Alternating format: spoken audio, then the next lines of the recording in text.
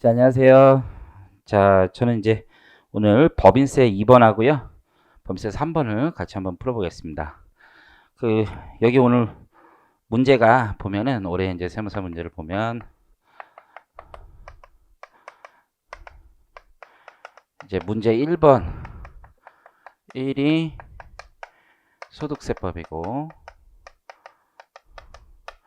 문제 2번하고 문제 3번이 법인세법이고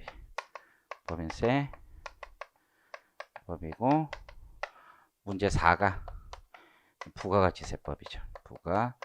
부가가치세법. 그래서 여기가 30점, 50점, 그리고 20점. 그래서 꽈락을 넘기려면 40점을 넘어야 될 텐데, 이게 문제 전반적으로 보면은 이제 난이도가 이쪽은 좀 쉽고 이쪽은 훨씬 어려웠던 것 같아요. 그래서 법인세법이. 그래서 문제 보고 순서를 좀 잘 정하는 게 중요하지 않을까 싶어요. 소득세랑 부가세 먼저 푸시고 법인세를 좀 나중에 푸신 분들이 좀 유리하지 않았을까 싶어요. 나는 법인세 자신 있다 하면서 법인세 먼저 막 달려 들어가지고 미친 듯이 풀었다.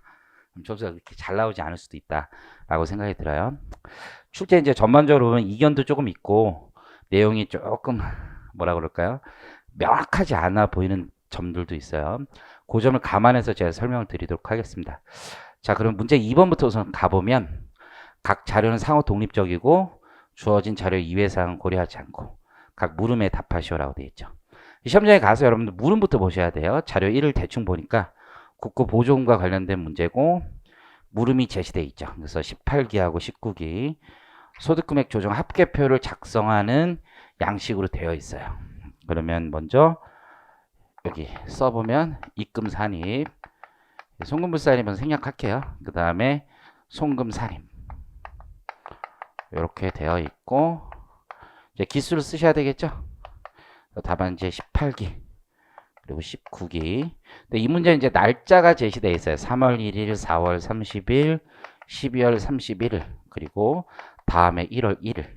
여러분들이 문제 풀 때 보면 사실 법조문에 따르면 4월 30일 날 꼭 세무조정하지 않아도 되는데 이게 통칙에 보면 저희 이제 해설 드린 거 보면 통칙에 보면은 요날 이제 세무조정 하는 거로 되어 있어요. 그래서 출제 의도는 이날 해라라고 되어 있는 것 같은데 막상 시험장 가서 나는 12월 말일로 했어요. 라고 해도 답으로 이걸 여기다 쓰지 않고 여기다 썼다고 해서 이게 틀리다고 꼭 얘기할 수는 없으니까 쓰셔도 맞게 해주지 않을까라고 기도합니다. 그래서 여러분들 입장에서 생각해 보면 송금살인 다시 좀 이쁘게 쓰면 그리고 이제 과목 금액 처분 이렇게 돼 있죠. 과목 금액 처분 그리고 과목 금액 처분. 예, 추정컨대 꼭 100%는 아닌데 뒤에 이제 문제 3번을 보면 세무조정을 입금사입, 송금사입 요 테이블로 안 하고 A, B 이렇게 돼 있어요. 출제자가 다른 것 같아요. 문제 2하고 3이. 그리고 전반적인 배점을 생각해 보면 소득세법이 저희 윤여수 세무사님이 설명해 주셨는데 그 30점 배점이 이 법인세에 비해서 너무 낮고 법인세가 훨씬 더 어려운데 이제 배점이 많아요. 그건 제 개인적인 생각으로 전체 배점을 교수님들이 이렇게 좀 나눠서 학습량에 맞춰서 문제 풀이 시간에 맞춰서 하셔야 되지 않을까라고 생각을 하는데 조금 그게 못 미치지 않았나라고 생각을 합니다. 자, 법인세에서 물음 1, 문제 2에서 물음 1. 이놈 하나는 맞추고 가야 돼. 이놈 하나는. 6점. 6점은 따야 될 거 아니에요? 그래서 이 문제는 여러분이 평소에 많이 보던 국고보조금 문제란 말이에요. 다만 이제 좀 차이가 있는 게 일반적으로는 자산의 차감 계정으로 회계 처리한 게 많이 나왔는데 동일하단 말이에요. 어차피 기속시기의 차이니까. 그래서 이연보조금 수익이라고 해서 자산 차감 계정하지 않았어도 수익을 이연시켰다는 얘기죠. 과세소득이 안 잡았다는 얘기죠. 우리 법인세법은 순자산 증가설이기 때문에 국고보조금을 수령을 하면 일단 과세하는 걸 원칙으로 하죠. 다만 보조금에 관한 법률 등에 따라서 국고보조금을 수령하면 과세 이연할 수 있을 뿐이란 말이에요. 그럼 3월 1일 날은 입금 산입을 해야 되겠죠. 그래서 국고보조금 쓰시고 여기 금액 2천만 원 쓰시면 되고 유보 처분하면 되는 거죠. 이렇게 국고보증을 먼저 수령하고 이연시켰지만 나중에 회계학에선 장부에선 수익을 잡겠죠. 그때 다 부인하면 될 거고요. 자, 그 다음에 보니까 4월 30일에 취득한 금액 4천만 원의 기계장치를 구입해서 다음과 같이 회계 처리했대요. 이제 구입을 했으니까 1년 이내에 구입하면 과세 이연할 수 있는 조건이 있는 거죠. 그래서 일시상각 충당금을 설정을 하시면 될 거예요. 그래서 원래 법조문에 보면은 과세 이제 국고보조금을 수령해서 해당 자산을 취득한 과세년도 혹은 내년에 취득하더라도 먼저 사용 계획서를 제출하면 그 과세년도에 과세 이연할 수 있어요. 근데 4월 30일로 출제자가 의도한 것 같아요. 그래서 해설 나눠드린 거 보면 이제 통칙에 그 사례가 있어서 그걸 감안하지 않았을까 생각을 합니다. 그래서 일시상각 충당금 잡으면 되고요. 자, 2천만 원을 전액 다 과세 이연하면 되겠죠. 뭐 기계장치 금액이 크다고 해서 다 하는 건 아니고 여기 처분은 유보 이렇게 쓰시면 돼요. 이렇게 뭐 마이너스 유보 처분 안 하고 그냥 이렇게 유보 처분하셔도 상관은 없습니다. 그런 다음에 이제 감가상각에 대한 회계 처리와 세무 조정을 했죠. 우선 감가상각비가 법정 내용 연수를 맞춰서 지금 했느냐를 보시면 되는데요. 취득 원가가 4천만 원짜리죠. 월할 생각하셔야 돼요. 그래서 회사 계상액은 지금 문제 제시된 게 600만 원이고 범위액을 쓰셔야 되겠죠. 그래서 범위액은 4천만 원에서 출발해서요.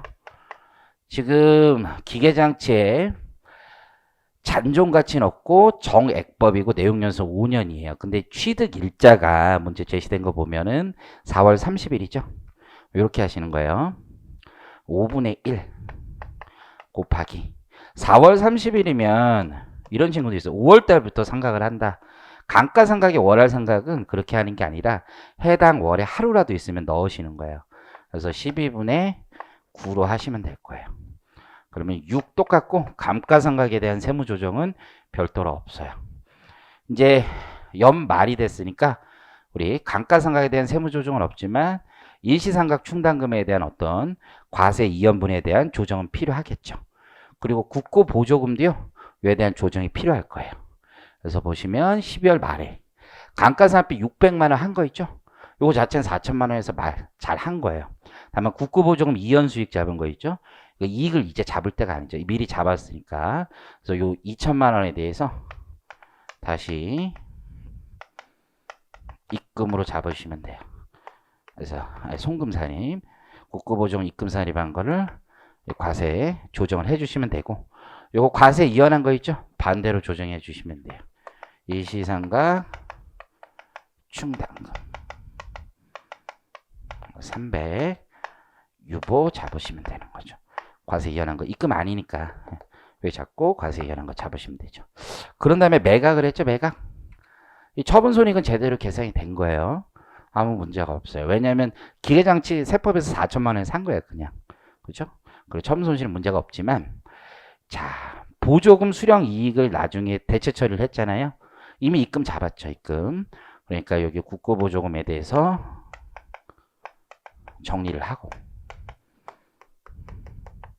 과세 이연된 것도 매각을 하면 일시에 환입하도록 되어 있단 말이에요. 그래서 일시상각 충당금 1,700도 일시에 입금으로 잡아주시면 돼요. 그래서 6점짜리인가요?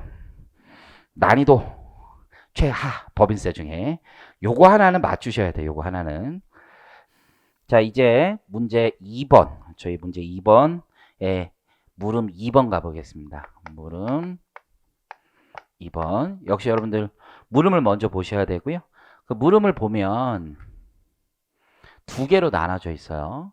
그래서 첫 번째는 지금 인수가액이 35,000이고 재배정하는 경우를 얘기해요. 두 번째 내용은 인수가액이 36,000원이고 재배정하지 않는 경우를 얘기합니다. 근데 이제 실제 이 문제를 보면 불균등 증자인데 현재 증자 전에 가액이 2만 원인데 36,000원, 35,000원 그리고 36,500원으로 고가 발행하고 있어요. 고가 발행. 그러면 고가 발행하는 경우는 재배정하는 경우와 하지 않는 경우에 현저한 이익을 검토하는 게 좀 달라요. 그래서 재배정하는 경우에는 현저한 이익을 검토하지 않아요. 검토하지 않고 하지 않는 경우에는 현저한 이익을 검토하게 돼 있어요. 그런데 이 금액 차이가 굉장히 커요. 그렇기 때문에 시험장에서 굳이 안 하셔도 크게 상관은 없어요. 근데 이 문제가 좀 그런 게 개인 주주들은 지금 법인세를 내지 않기 때문에 여기에다 끼어 넣을 필요가 없어요. 근데 다 제시가 되어 있는 게 조금 시험장에서 당하지 않았을까라는 걱정을 합니다. 그래서 A와 C만 잘 정리하시면 되고요. 여러분들 표를 만들어서 잘 푸시면 되고, 풀이 순서는 제가 평소에 강의하던 대로 좀 말씀을 드릴게요. 자, 풀이 순서는 첫 번째는 누가 손해를 보고 누가 이득을 보는지를 잘 판단하세요. 손해보는 법인주주의 경우에는 부당행위가 적용되고, 이득을 보는 주주는 입금이 적용되는 거죠. 자산의 증가로 봐서. 근데 이제 고가 발행의 경우에는 내가 비싸게 샀다는 얘기란 말이에요. 이걸 재구성한다고. 재구성한다는 얘기가 뭐냐면 시가로 사서 그 차액을 사회 유출시켰다라고 보는 거예요. 그러니까 사회 유출에 대한 세무조정과 시가로 산 세무조정 두 가지가 필요하죠. 소위 말하는 양쪽 조정이 필요할 수 있다. 그걸 기억하시면 되고, 세 번째는 여러분이 뭘 하시면 되냐면, 자, 증자에 참여하지 않은 주주 입장에서 손해나 이득을 계산하시면 돼요. 손해나 이득을 계산하면 돼요. 자, 이 문제는 고가로 발행하잖아요. 비싸게 팔면 가만히 있으면 남들이 비싼 돈을 태워주면 나는 이득을 보게 되잖아요. 그러면 이 문제는 증자에 참여하지 않은 주주들은 이득을 보게 되는 거죠. 지금 주주가 4명이 구성되어 있어요. A, B, C, D 이렇게 구성되어 있고, 물음을 보면 A랑 B는 참여하지 않았죠. 그러니까 A랑 B의 이득을 먼저 계산하세요. 이득. 그 이득이 C와 D로 분여되는 거죠. 이득이 C와 D와 관련되어 있거든요. 정확히 얘기하면 C와 D의 손해가 우리 A, B에게 이전되는 거죠. 자, 그러면 A의 이득이 얼마냐 계산을 해야 되고, B의 이득이 얼마냐 계산을 해야 되는 거죠. 그러기 위해선 증자 후에 시가가 얼마인지 알아야 되죠. 그래서 증자 후 가액. 그래서 증자 후 가액을 A 기준으로 B 기준으로 계산을 하세요. 얼마를 이득을 받는지. 증자 후 가액은 굉장히 쉽죠. 왜냐하면 전에 20만 주가 있었고 그것의 주당 가액이 2만 원이었고, 그렇죠? 그리고 새로 신주를 5만 주 발행한다라고 문제에 나와 있잖아요. 저기 5만 주. 그리고 물음 첫 번째의 경우에는 그 인수가액이 제시된 게 3만 5천 원이었죠. 그래서 요 금액을 두 개를 더하시고, 그 다음에 전체 주식수가 25만 주가 되겠죠. 그래서 25만 주로 나누세요. 그러면 증자 후 가액이 나와요. 그래서 증자 후는 2만 3천 원이 되는 걸로 기억을 해요. 자, 그럼 다시 여기서 A의 이득이 얼마고 B의 이득이 얼마인지를 보면 되죠. 가만히 있는 주주를 지금 기준으로 계산하는 게 가장 빠릅니다. 그러면 A는 2만 3천 원이 증자 후에 재산 가치고, 증자 전에는 2만 원이었죠. 요건 동일하고요. 이제 주식수만 반영을 하면 돼요.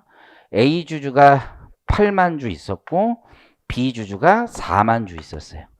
여기 절반. 38에 24, 2억 4천이 될 거고, 여기는 절반이니까 1억 2천 되겠죠. 그리고 이제 네 번째는요, 우리가 이제 표를 그려서 푸시면 돼요. 이게 어디로도 빠져나갈 수 없는 표기 때문에 괜찮아요. 그래서 손해를 본 쪽을 왼쪽으로 쓰시고요. 이득을 본 쪽을 오른쪽에 쓰세요. 그래서 지금 이득을 본 주주는 A랑 B 주주가 있는 거고요. 손해를 본 주주는 C와 D가 있어요. 이 중에서 이제 법인세법상 세무 조정이 있는 건 법인 주주인 C와 A가 있어요. 그 중에서 특수관계로 결합되는 곳을 보시면 돼요. B를 제외하고는 다 특수관계로 결합이 돼요. 그럼 세무조정 어떻게 되냐면 A는 특수관계로 결합되는 이 두 개의 합이 세무조정 금액이 되고, C는 특수관계 결합되는 부분이 이 부분만 있으니까 여기만 적용이 될 거예요. 그러면 A의 이득은 2억 4천이죠. 그렇죠? 이걸 C와 D가 갈라갔는데 실제 재배정에 참여된 부분만큼이 인수되는 거죠. 그래서 여기가 지금 기존의 지분이 30%, 여기가 10%란 말이에요. 그러면 4분의 3 그리고 4분의 1을 가져가게 되겠죠. 그럼 여기가 1억 8천이 되고 여기가 6천이 될 거예요. 그래서 요 금액을 갖다 쓰시면 돼요. 그러면 답안지로 옮겨 쓰면은 지금 여기 답안 양식이 이렇게 제시가 되어 있죠. 입금 산입, 그리고 이쪽이 손금 산입, 과목, 금액, 처분. 이쪽도 과목, 금액, 처분. 이렇게 제시가 되어 있고요. 자, 보면 과목을 그냥 A 주주 구분, 과목에 해당되는 게 지금 과목은 여기 있고 주주 구분이니까 구분. A 주주과하고 C 주주만 넣으시면 돼요. 그리고 과목이 이제 부당해인지 유가증권인지를 보셔야 돼요.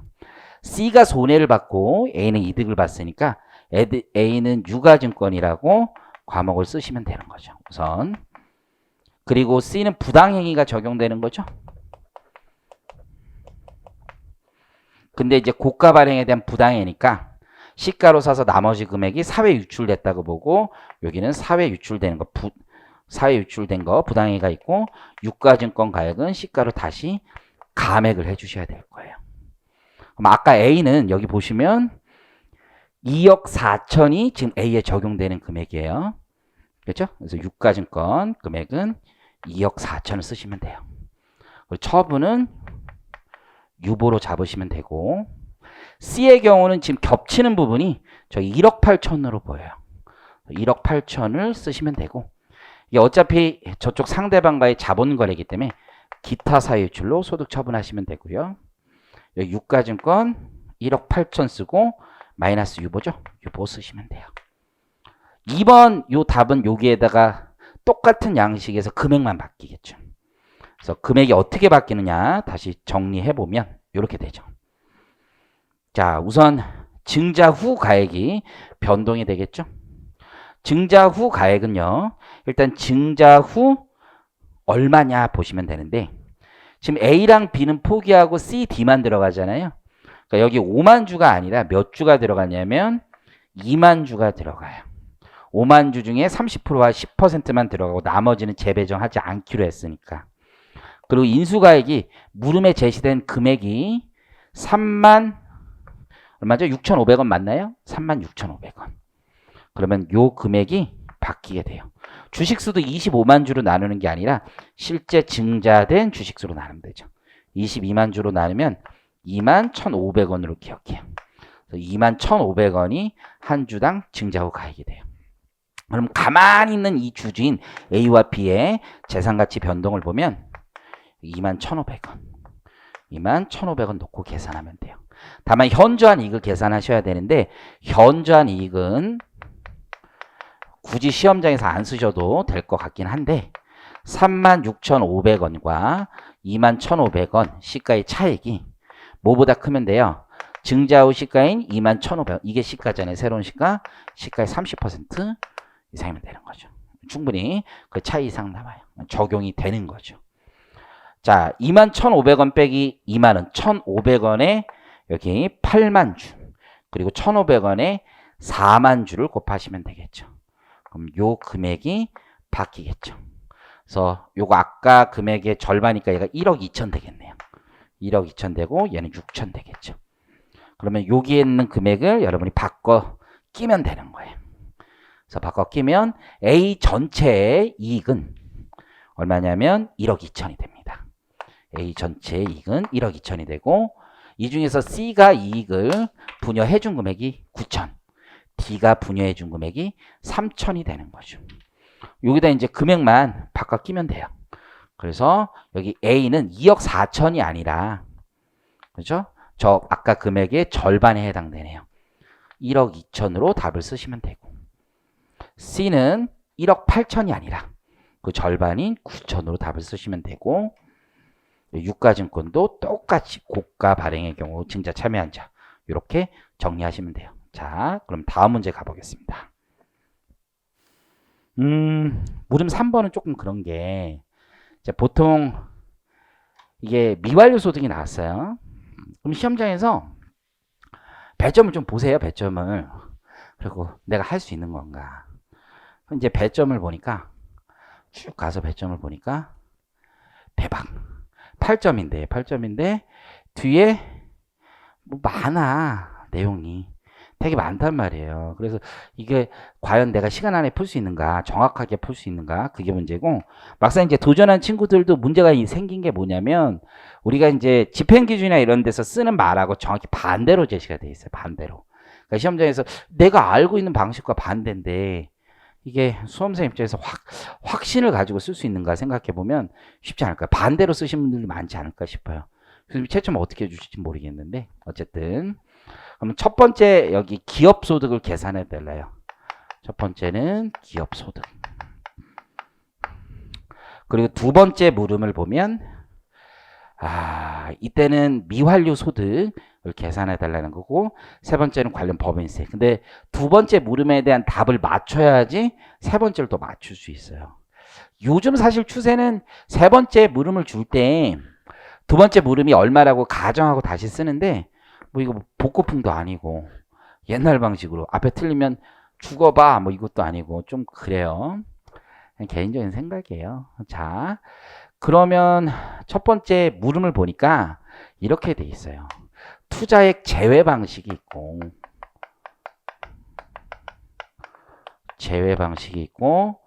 투자액 포함 방식이 있어요. 근데 투자액 제외 방식이 미완료 소득 계산 시 투자액을 차감하는 방식이래요. 그렇죠? 그러면 나중에 소득 계산했을 때 65%에서 투자액을 차감하니까 이거는 감가상각비를 가산해서 미완료 소득을 계산해라 라는 얘기가 되는 거죠. 얘는 감가상각비를 다시 가산할 필요가 없고요. 그럼 먼저 얘만 계산해 놓으면 얘는 이 계산된 금액에서 감가상각비만 다시 조정하시면 되는 거죠. 그럼 첫 번째 기업소득을 가면 출발이 어떻게 돼요? 각사함도 소득에서 출발해서 가산조정과 차감조정을 거친 다음에 마지막에 기업소득을 계산하는 거죠. 자, 그러면 각사함도 소득이 문제가 제시가 돼 있죠. 만만치가 않은 게 더하고 뺄 게 너무 많아. 좀 짜증나죠. 그래서 어쨌든 각사 여기서 출발할 때 30억에서 여기서 출발하면 삽질을 하는 거죠. 그렇죠? 30억에서 출발하시는 거예요.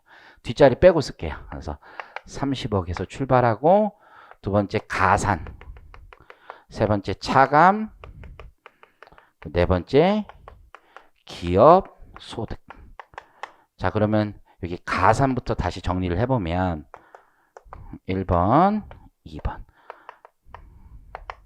자, 내용을 보니까 자, 각사를 계산할 때 더해 놓은 거, 빼놓은 게 있는데 빼놓은 걸 다시 원상복구를 시키니까 더해야 되겠죠. 그래서 기부금과 관련된 거는 조정을 하시죠. 그래서 기부금 한도 초과액 송금 산입된 거 있죠? 요거부터 다시 더해야 되겠죠. 그래서 가산 조정에 첫 번째 2억 5천 들어갑니다. 풀 때 가산 차감을 가산 다 하고 차감 다 하면 좀 빡시죠. 그래서 여기서 그냥 바로 가시면 돼요. 그래서 다시 차감해 보니까 법정 기부금 한도 초과액이 있잖아요. 기부금 조정액은 다시 조정하는 거니까 여기 차감에다 5천 쓰시면 되겠죠. 자, 2월 결손금 있죠. 2월 결손금. 2월 결손금은 각사무소 소득에서 과표 뺄 때도 빼고, 그죠? 뭐 할 때도 빼는 거야. 기업소득, 기업소득 뺄 때도, 기업소득 계산할 때도 같이 빼셔야 되겠죠. 그래서 차감 항목에 2월 결손금. 빡세요. 400. 그래서 자료를 보면서 내가 세팅된 데다 놓고 하나씩 밀어 넣으시는 게 훨씬 더 좋아요. 문제를 다 보고 나서 내가 가산 또 더하고 또 빼고 하면 누락이 있을 수밖에 없어요. 자, 두 번째 내역은 입금산입, 송금불산입이에요. 즉 각사무소 소득을 계산할 때 더해놨다는 얘기죠. 이 얘기는 조정 항목이 생기면 다시 빼달라는 얘기죠.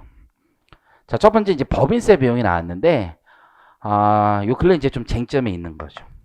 전기분 법인세 추징세액이 있어요.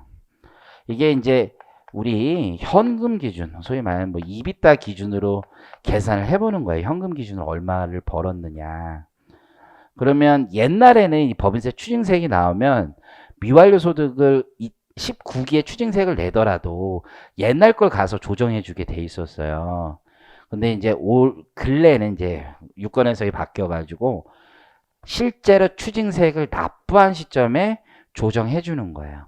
그래서 얘를 빼고 3억 3,500을 조정하는 게 아니라 전액을 다 조정하는 거예요. 지금 요거 차감 항목이잖아요. 그러면 시험지에서 마이너스 해놓고 헷갈리지 않게 놓고 차감 항목에다가 여기 3억 5천을 더 반영해 주시면 되겠죠. 대손충당금 한도 초과나 접대비는 조정이 없어요. 왜냐하면 현금 기준의 소득과 실제 발생 기준의 소득의 영구적 차이예요. 사실 생각해 보면 얘는 손익 귀속 시기 차이밖에 안 되기 때문에 반영이 되지 않고요. 기부금은 우리 조정을 해주지만 접대비는 조정을 하지 않아요. 그래서 2번, 3번 자료는 그냥 더미에 불과해요. 자, 이제 송금산입이에요. 각사무소 세득 계산할 때 송금 산입해놨으니까 다시 기업소득 계산할 때는 더해놔야 되겠죠. 자, 저걸 보고 힌트를 잡으시면 돼요. 자, 환급 가산금 있죠? 이제 환급 가산금이라는 거 환급금 이자죠. 이자. 이 부분은 다시 더해야 되겠죠. 입금 불산입이란 실질적으로 현금이 들어온 거니까.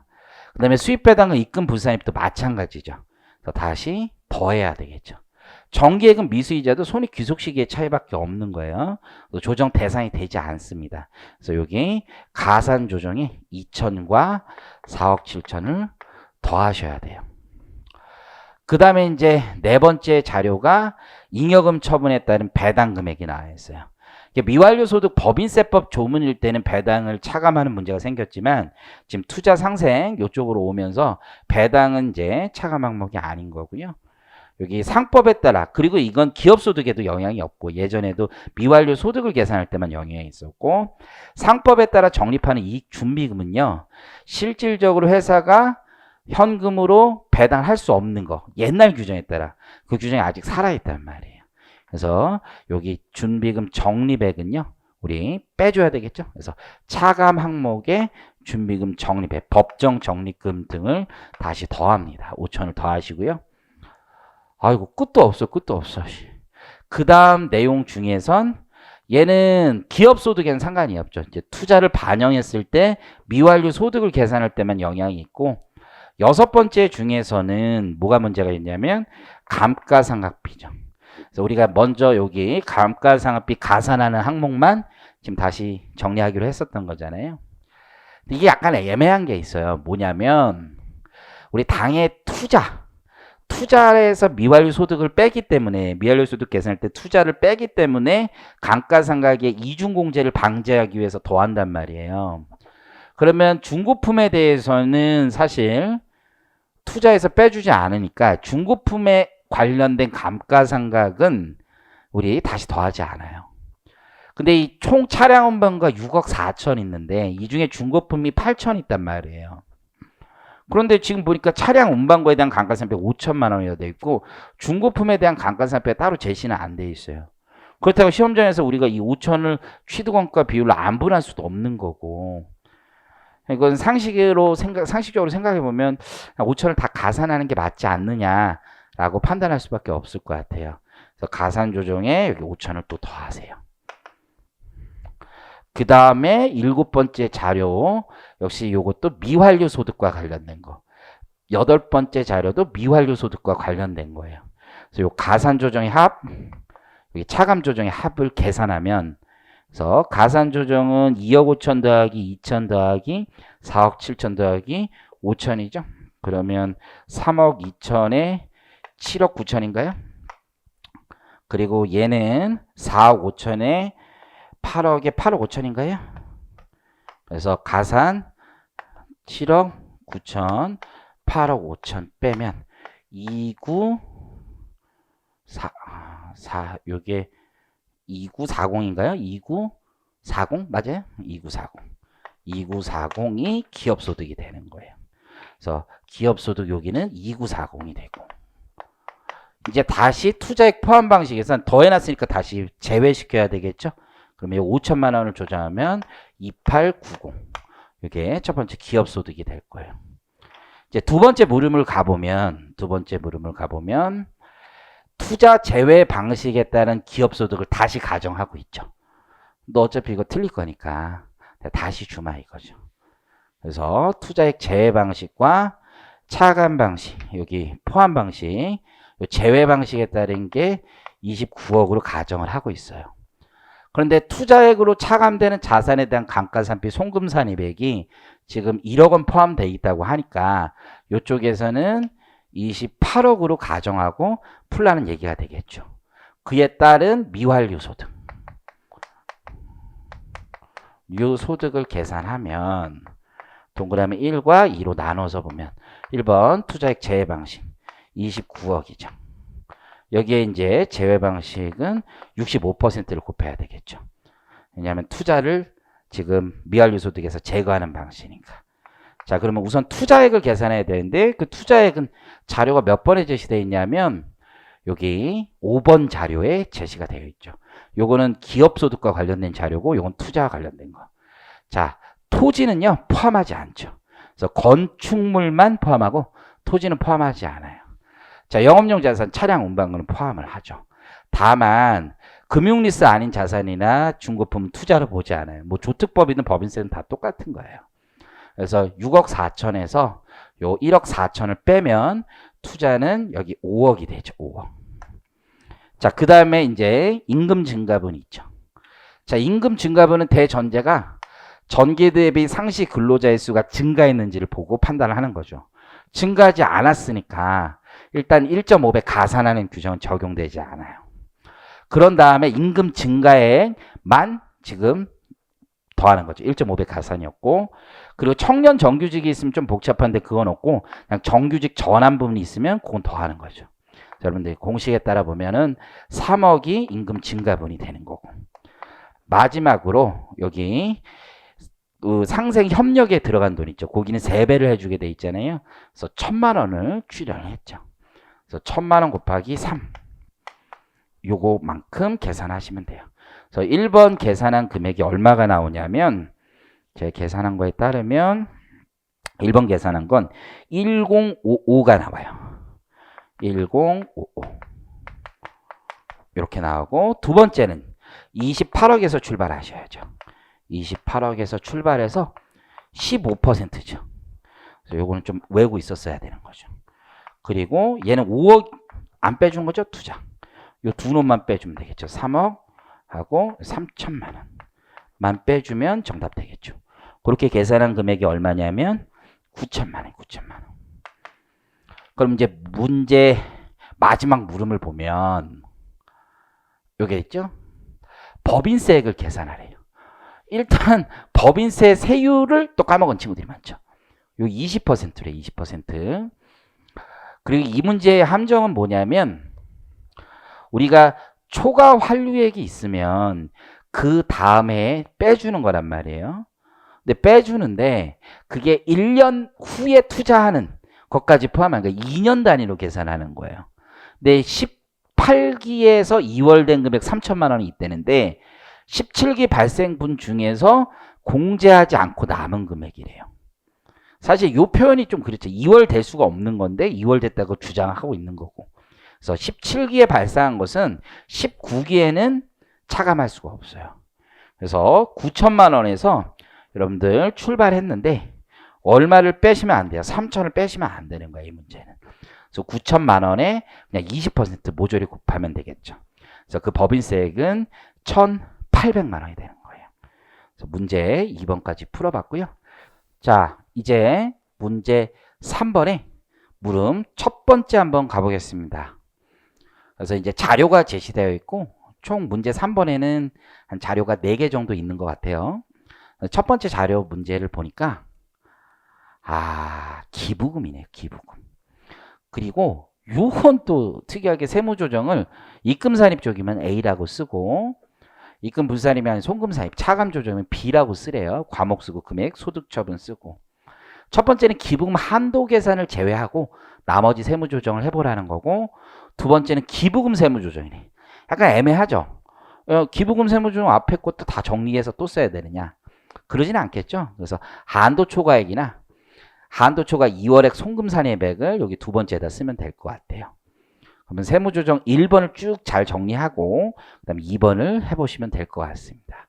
자, 그럼 첫 번째 내용을 한번 가보면 법인세 여기 제조업이고 사회적 기업은 아니래요. 이게 지정기부금 한도 때문에 이런 문제가 있죠. 그리고 법인세 차감전 순이익부터 제시가 돼 있어요. 그러면 첫 번째 물음을 풀기 위해서 구분부터 써야 되겠죠. 이게 세무조정 A인지 B인지 그리고 과목 금액 처분 요걸 한번 써봐야 될 것 같아요. 자, 손익계산서상 기부금 내역이라고 되어 있어요. 당기 중에 사립대학교 시설비로 지출했어요. 이게 법정인지 지정인지 하나도 중요하지 않아요. 왜냐면 당해 사업연대 기부금이 아니에요. 당해 사업연대 기부금이 아니기 때문에 다 부인하시면 되고 어차피 두 번째 물음을 풀기 위해서는 이게 법정인지 지정인지 여러분들이 구분하면서 가야 돼요. 시험장에서. 그래서 이게 금액이 법정에 해당되면 뭐 법, 지정에 해당되면 지 이렇게 해서 숫자를 잘 관리하면서 푸셔야 될 거예요. 그래서 요건 당해사업연대 비용이 아니죠. 근데 손익계산서에 들어갔으니까 손금 불산입 하시면 되고요. 지금 미지급한 거잖아요. 결제 시점이 2020년에 손익 귀속이 되니까 미지급 기부금 이렇게 쓰시면 될 것 같아요. 그리고 그 금액은 1,000만 원이고요. 처분은 아직은 귀속 시기가 도래하지 않은 거니까 유보라고 하시면 되겠네요. 자, 이제 두 번째 자료를 보니까 전기에 납부를 했어요. 기본 현금주의죠. 근데 이번에 비용 처리하면 안 되죠. 전기에 송금 산입할 일이죠. 그래서 당해사업연대 기부금 아니고 당해 미지급 아직 전기 기부금이잖아요. 그래서 전기 기부금 법정인지 지정인지 따져볼 필요도 없습니다. 그래서 이거 500만 원이고요. 전기에 유보 처리된 거 단기에 유보 추인하면 되겠죠. 두 번째도 유보로 정리하시면 될 거예요. 자, 그 다음에 세 번째 자료가 있는데 이번에는요. 기부금의 시가평가와 관련된 주제죠. 근데 여러분 이제 불이웃 돕기 뭐 이런 얘기가 있어요. 이게 기부금이냐 아니냐는 해당 단체에 고유목적 사업비를 지출했느냐 이런 걸 가지고 따져요. 이제 불이웃 돕기는 아니다 뭐 이런 생각을 가시는 분이 있는데 그는 현행 법조문에 어떻게 변경되었는지에 대한 체계를 잘 이해를 못하는 사람들이 그렇게 생각할 수 있는 거고요. 지금 어쨌든 그 단체가 다 국가에서 지정하는 방식으로 바뀌었다라고 생각하시면 되고 특수관계 있다라고 되어 있죠. 그러면 지금 현물을 기부했잖아요. 현물 기부. 그래서 현물 기부한 내역이고 특수관계가 있으면 이걸 시가로 볼 것인가 아니면 원가로 볼 것인가에 문제가 있는 거고 특수관계에 있는 지정기부금 단체는 시가와 원가, 장부가액 중 큰 금액으로 가게 돼 있죠. 그래서 손익계산서에는 비용 1,500만 원만 처리됐지만 우리 기부금 2,000이라고 보고 처분이익도 누락됐다라고 보기 때문에 요 자체에 대한 세무조정은 별도로 할 건 없고 기부금으로 의지할 금액이 얼마라는 거예요? 2,000만 원이라는 거죠. 이게 부가세법상 법정 공익단체에다가 무상으로 제공하는 것은 면세이기 때문에 부가세를 따로 접대비처럼 고려할 필요는 없고요. 그래서 여기 첫 번째 지정기부금 얼마 있다. 2천 있다라는 걸 뒤에 조정해 주시면 돼요. 2번을 풀기 위해서 우리가 기부금을 법정 기부금이 얼마인지 지정 기부금이 얼마인지 조정하셔야 되겠죠. 근데 이 문제는 지정으로 바로 가는 게 아니라 우리 사주 조합에 기부금이 있어요. 그래서 우리 사주까지 반영을 하고 그리고 지정까지. 너무 지엽적이지 않은가라는 생각을 조금 해요. 자, 그 다음에 여기 넘어가면 우선 지정에다가 2천 넣어놔야 되겠죠. 2천 넣어놓으시고 자, 네 번째 지문은 연말에 지금 정당한 사유가 없이 지금 고가로 취득한 거죠. 지정기부금 단체라고 얘기했고요. 그러면 정상가액보다 더 비싸게 취득한 건 자산의 고가 매입이 될 테고요. 정상가액이 얼마입니까? 정상가액. 이 정상가액은 고가 매입은 시가의 130%까지는 인정해 주는 거죠. 그래서 시가가 지금 문제에 8천만 원이니까 8천만 원에 130%죠. 38에 24고 1억 4백이 되겠네요. 그래서 정상가액은 1억 4백인데 얼마 주고 취득한 거예요? 1억 1000 주고 취득한 거죠. 그럼 우린 이걸 다시 재구성하는 거예요. 얼마에 샀다고 보고 정상가액인 1억 6백에 산 거고 나머지 1억 4백에 산 거고 나머지 600만 원은 기부했다라고 보면 되겠죠. 그래서 먼저 우리 송금산입 하시면 되겠죠. 그래서 비로 송금산입 해두세요. 그래서 여기 지정 기부금인 동시에 이렇게 해도 되죠. 이게 건물이니까 건물을 감액하시면 되겠죠. 그리고 그게 기부금으로 의지하면 되겠죠. 그 금액이 600이 될 거고요. 그래서 유보하시면 돼요. 감가상각 문제를 배제하기 위해서 취득 시기를 보시는 것처럼 19년 말로 기재한 것으로 보여요. 자, 그런데 여기서 끝나는 게 아니라 여러분 기부금이니까 지정 기부금 단체니까 기부금에 다시 지정 기부금 600을 관리를 해야지 뒤에 문제를 풀 수 있어요. 그래서 요거까지만 해도 어느 정도 점수는 따지 않을까 싶습니다. 요 문제가 이제 8점 이렇게 되는데요. 그래서 어느 정도 요 정도에서 따고 뒤에는 과감하게 스킵하고 시험장에서 가시는 게 차라리 점수 따는 게 아닌가. 미완료 포기하고 90분 안에 이게 제한된 시간에 다 풀기가 만만치가 않아요. 양이 시험 문제 같아요. 양이. 자, 다섯 번째 한번 가보면 이번에는 매각한 거죠. 그리고 지방자치단체니까 법정 기분과 관련된 주제가 될 거고요. 5,500에 매각을 했어요. 근데 시가보다 저가로 매각한 거죠. 싸게. 정상 가액 범주 내에서 매각했으면 문제가 없지만 그 이하로 매각했다면 문제가 되겠죠. 그래서 정상 가액은 얼마냐? 시가 8천만 원에 70%죠. 그죠? 그러면 7, 8에 56. 5,600만 원은 받아야 되죠. 근데 그 이하로 받은 거죠. 그래서 100만 원 손해를 본 거죠.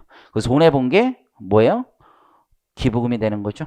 그리고 처분이익과 기부금 양쪽이 누락됐으니까 직접적인 세무 조정은 없고 기부금으로 한도 넣고 다시 계산해야 되는 거죠. 그래서 법정 기부금이 100만 원이 생긴 거예요. 여기 직접 조정은 없을 것 같고요. 자, 다음 지문을 보면 여섯 번째, 우리 사주 조합에 지출했어요. 근데 우리 사주 조합에 지출하는 건 두 가지로 나뉘죠. 지금 여기 한국이라는 법인이 한국 법인 우리 사주 조합에 지출했으면 그건 일반 경비가 되는 거고, 여기 한국이 아닌 다른 법인에 지출했으면 그건 우리 사주 조합에 대한 기부금, 조세특례 제한법 규정이 이제 적용될 수 있는 거죠. 그래서 1,500만 원이 처리되어 있대요. 1,500만 원. 네, 저는 좀 이 문제가 조금 마음에 안 드는 게, 굳이 뭐 비판 뭐 그런 건 아니고, 손익계산서상의 기부금 내역인데, 손익계산서에 뭐 있는 게 없어요. 뒤에 3, 4, 5가. 좀 그래요. 어쨌든. 자, 세 번째 자료는 이월교수연금. 기준소득과 관련된, 기준금액과 관련된 자료라고 보시면 되겠죠. 그래서 1번은 이제 문제가 다 풀린 것 같고, 2번에서 이제 들어가 봐야 돼요. 그럼 지정기부금은 2,600이 되는 거고, 법정은 100, 우리사주 1,500. 이렇게 놓고 여기에 지출액이 되고 지출액 그리고 이제 한도를 계산해야죠. 한도. 그리고 조정을 하시면 되겠죠. 조정. 자, 한도는 먼저 계산하려면 기준 금액이 있어야 되겠죠? 자, 기준 금액은 우리 차가감 소득에서 출발해야 되는데 맨 처음에 제시되어 있던 당기 순이익이 있었죠. 여기 보면 법인세 차감전 순이익이 2천만 원이란 말이에요. 그래서 여기 2천만 원에서 출발하세요. 기준. 그리고 이 세무 조정이 반영이 돼야 되겠죠. 그러니까 1번을 틀리면 2번은 나가게 되는 거예요. 그래서 여기 입금 산입 1,500만 원. 그리고 송금 산입 600만 원. 요게 차가감 소득 금액이죠. 여기서 우리 기부금으로 비용 인정되는 부분은 다시 원상으로 돌려야 되겠죠. 기부금 지출 전으로 다시 돌려야 되니까. 그래서 요 100만 원, 1,500만 원, 2,600만 원 더하시고. 그리고 마지막으로 세금 내고 기부하는 거잖아요. 그러니까 2월 결손금 당연히 반영이 돼야 되는 거고. 공제 대상 2월 결손금이 500만 원이라고 제시가 되어 있어요. 그래서 일단 500만 원까지 빼야 되겠죠. 이렇게 기준 금액을 계산하면 3,500에서 600 빼니까 2,900에서 3,400, 아씨 어렵네요. 4,000에서 5,500, 5,000에서 다시 500 빼니까 5,000, 2,000 얼마예요? 6,600이에요? 6,600 이렇게 되네요. 한도 금액은 법정 기부금은요. 우선 6,600에서 시작하세요. 그리고 50%가 되는 거죠. 자, 개인은 100%지만 법인은 50%가 되고 3,300이 돼요. 그러면 지출액보다 지금 한도액이 크니까 이거 다 송금 인정되는 건데 2월액이 있단 말이에요. 2월액이. 그래서 법정 기부금 2월액 발생액이 14, 13, 10익이에요. 좀 너무하지 않나 싶어요. 이게 5년으로 바뀌면서 부칙 조항에 따라서 13기부터 우리 2월 인정해 주는 거잖아요. 그러면 송금으로 인정해 줄 수 있는 금액은 250만 원이 되겠죠. 그래서 250만 원이 여기 조정 금액이 돼요. 그러면 2번 자료를 여기다가 쓰신다면 2번을 여기다 이제 써놓으면 이렇게 되는 거죠. 그래서 B를 먼저 쓴 거죠. B 법정 기부금 쓰시면 되고 요 금액이 250만 원. 그죠? 뭐 소득 처분 그냥 기타 하셔도 돼요. 자, 그다음에 이제 우리사주 쪽으로 가볼게요. 자, 우리사주 이제 좀 조심하셔야 되는 게 6,600에서 출발해서 송금 인정받은 걸 빼는 거죠. 송금 인정받은 금액은 요 금액이 아니라 요 금액은 세무 조정을 통해서 요건 손익계산서를 통해서 350만 원은 인정을 받은 거니까 이걸 빼셔야 되겠죠. 그리고 여기에 30%를 적용하시면 돼요. 그래서 요 금액이 얼마냐면 1,875만 원이에요. 그래서 한도 내죠. 그럼 375만 원을 밀어 넣을 수 있느냐? 또 우리사주 조합 기부금은 2월이 되지 않죠. 2월 되지 않습니다. 그래서 조정할 게 없어요. 피곤하네요. 그래서 6,600에서 이제 또 조정을 하면 돼요. 얼마 조정하면 돼요? 우선 350 조정을 하고 송금 인정받은 게 1,500이죠? 그래서 1,500 송금 인정받은 거 요걸 빼세요. 그런 다음에 다시 10% 곱하세요. 그러면 지정기부금 한도액이 나오죠. 이렇게 한도액 나온 금액이 얼마냐면 475만 원이에요. 475만 원. 요 둘의 차이가 한도 초과가 되겠죠? 그럼 2,125만 원이 되나요? 2,125만 원이 지정기부금 한도 초과. 그래서 A에다가 지정기부금 넣으세요. 지정기부금 2,125만 원. 그죠? 그리고 이것도 뭐 기타 사유출 이렇게 처분하시면 될 것 같아요. 그래서 요 문제까지 기부금까지 다 풀어봤습니다. 이제는 이제 넘어가서 이 법인세에서 가장 크게 좀 이견이 많을 수 있는 게 아닌가 싶습니다. 감가상각에 대한 세무조정 문제를 같이 한번 풀어보겠습니다. 자, 물음을 먼저 보죠. 물음을 먼저 보면은 쭉 자료가 제시되어 있고 똑같은 방식이죠. 근데 이제 18기, 9분에서 18기와 19기로 나누어서 적어달라는 거죠. 구분을 해보면 구분, 세무조정, 처분 18기 그리고 세무조정 과목, 금액, 처분 이렇게 나눠서 쓰시면 될 것 같아요. 이 문제도 앞에 취득 시점 세무조정 정도 하고 빨리 넘어간 게 상책이 아니었나 라고 생각이 들어요. 여러 가지 쟁점이 있을 수 있을 것 같아요. 자, 그래서 가보면 자, 첫 번째 18기부터 있죠. 개인 주주 지분율 3%, 1% 이상이니까 소액 주주는 아니에요. 대주주로부터 취득 후 3년 동안 사용하던 기계장치. 이 기계장치의 기준 내용 연수가 있는데 여기 보면 법정 내용 연수 뭐 이런 말이 있는데 어쨌든 10년 정도인 것 같아요. 그러면 요 경우에 지금 보니까 절반 이상을 사용한 게 아니죠. 그럼 중고자산은 아닌 거예요. 중고자산은 아니에요. 그리고 이게 개인 사업자나 법인으로부터 취득한 것만 되는데 이것도 애매하죠. 개인 주주가 개인 사업하던 거 넘길 수도 있잖아요. 그러니까 애매해. 어쨌든 중고자산은 아니에요.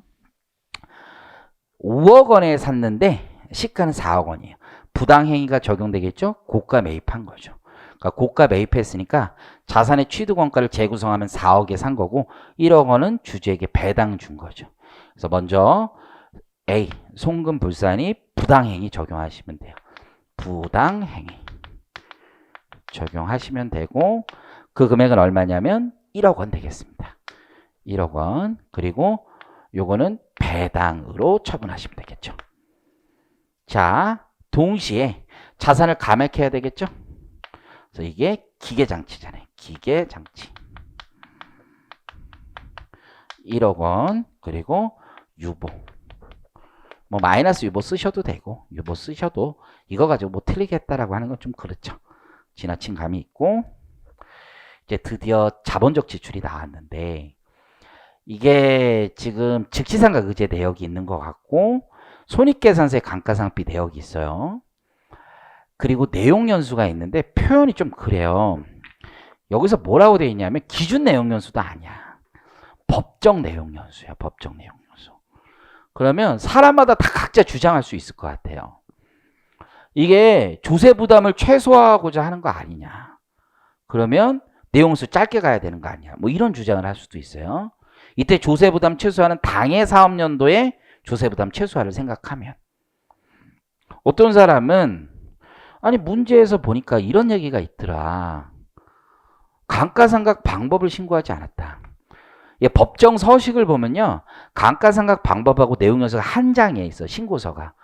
그거 하는데 뭐 바보도 아니고 뭐 같이 안 했겠지. 이렇게 생각할 수도 있지 않느냐. 또 생각이 또 많으면 아니 이게 생각을 해보면 중소기업 특별사에 가면 감가상각 의제가 적용된다. 그러면 의제가 적용되는 건 전체 과세 기간으로 보면 감면 소득이 발생하는 기간에는 오히려 감가상각을 적게 하는 게 세부담에 훨씬 더 유리하지 않느냐. 12년이 맞지 않느냐. 이런 주장을 할 수도 있어요. 근데 이제 저희는 기본적으로 그냥 10년으로 적용하는 게 이 문제에서는 나름 그냥 타당할 수 있지 않을까 생각을 해요. 가장 큰 이유는요. 우리 법에 보면 법전에 보면 법정 내용연수라는 말은 없습니다. 기준 내용연수라는 말밖에 없어요. 그러면 해석을 이렇게 해볼 수 있거든요. 법정 내용연수라는 건 법에 보면 신고 내용연수가 있는 거예요. 기준 내용연수가 있고 그러면 신고 내용연수를 적용한 걸 법정 내용연수 감가상각을 법으로 내가 그렇게 오지 않았느냐 이렇게 생각해 볼 수도 있을 것 같아요. 그럼에도 불구하고 이건 각자의 의견이 다 팽팽하게 맞설 수 있다라고 생각을 합니다. 그래서 조금 아주 나이스한 표현은 아니지 않느냐라고 생각이 듭니다. 그래서 어쨌든 10년으로 드리겠습니다. 그래서 제가 이제 답안지 여러분들 저희 뭐 홈페이지나 이런 데 올리는 거에는 8년으로 생각했을 때 답이 얼마인지 또 적용했어요. 또 12년은 굳이 안 적은 이유가 12년도 저는 뭐 아주 틀린 얘기는 아니라고 보는데 이게 감면 받는데 뭐라고 표현하냐면 단기에 감면 받았다 이렇게 표현하고 있는데 뭐 그런 생각까지 했으리냐 생각되긴 하는데요. 이게 감면 받는다는 건 중소기업인 경우 중소기업 특별세 감면이 전기에 만약 결손금이 발생했으면 안 받아요. 감가상각 의제를 적용하지 않거든요. 전기에 결손 났는지도 모르는 거고. 생각이 너무 많죠. 생각이 너무 많아요. 이럴 때는 아무 생각 없이 그냥 10년 상각 방법 아니 안 했다 이렇게 생각하는 사람이 더 유리하지 않나 이런 생각도 해요. 그래서 너무 생각이 많은데 그래서 여러분들 선생님 저는 8년으로 했는데 무조건 틀린 겁니까? 몰라요. 그래서 출제위원분이 조금 더 명확하게 나이스하게 해줬으면 좋지 않았을까. 만약에 이게 신고내용수 적은 게 법정 내용수다 이런 주장을 취재위원분이 하면 법에 없는 말이란 말이야. 이건 사실 근데 뭐 대법원 판례나 이런 데서 법정 내용용수란 말을 쓰긴 하는데 그 내용이 우리 학생들이 하기에는 수험생들이 하기에는 너무 지나친 면이 있지 않나 라고 생각이 듭니다. 그래서 내용용수는 뭐가 답이다 라고 하기에는 문제 제시된 자료가 좀 부족한 감이 있습니다. 그리고 이제 2번 자료는 건물에 대한 자료고요. 그리고 3번 자료를 가보면 기계장치 다 신고 안 했다라고 돼 있고 요거는 이제 조세특례 제한법은 이제 적용하지 말라는 얘기고요. 물음이 있으니까 먼저 기계장치부터 한번 해보도록 하겠습니다. 요것도 이제 포맷을 어떻게 이제 만드느냐에 따라 좀 다를 수는 있지만 제가 쓰는 방식대로 한번 해보면은 첫 번째 이제 회사 계상액이 있을 거예요. 그 다음에 상각 범위액이 있을 거고요. 회사 계상액은 손익계산서의 감가상각액하고 즉시상각 의제액을 더하시면 될 거고요.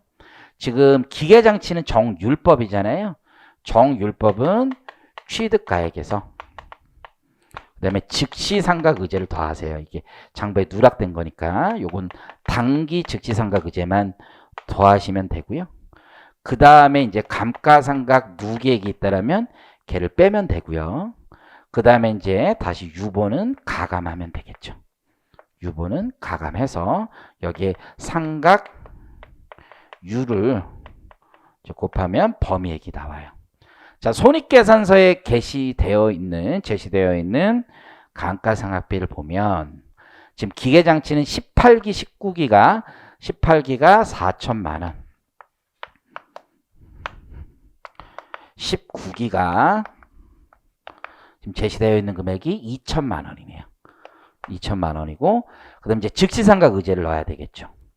자, 즉시상각 의제 대상 금액 자체는 자본적 지출액임에도 불구하고 손익계산서에 비용 처리한 금액을 보면 될 텐데 이게 300만 원 기준 뭐 내년에 개정돼서 600으로 바뀔 텐데 어쨌든 혹은 재무상태표 금액의 5%를 초과하는지 여부는 전체 수익적 지출과 자본적 지출 금액을 합산한 금액을 기준으로 하는 거죠. 그래서 18기에는 뭐 300을 넘으니까 5천만 원 전부가 즉시상각 의제가 적용될 거예요. 19기는 좀 문제가 달라요. 자, 우선 취득가액이죠. 취득가액.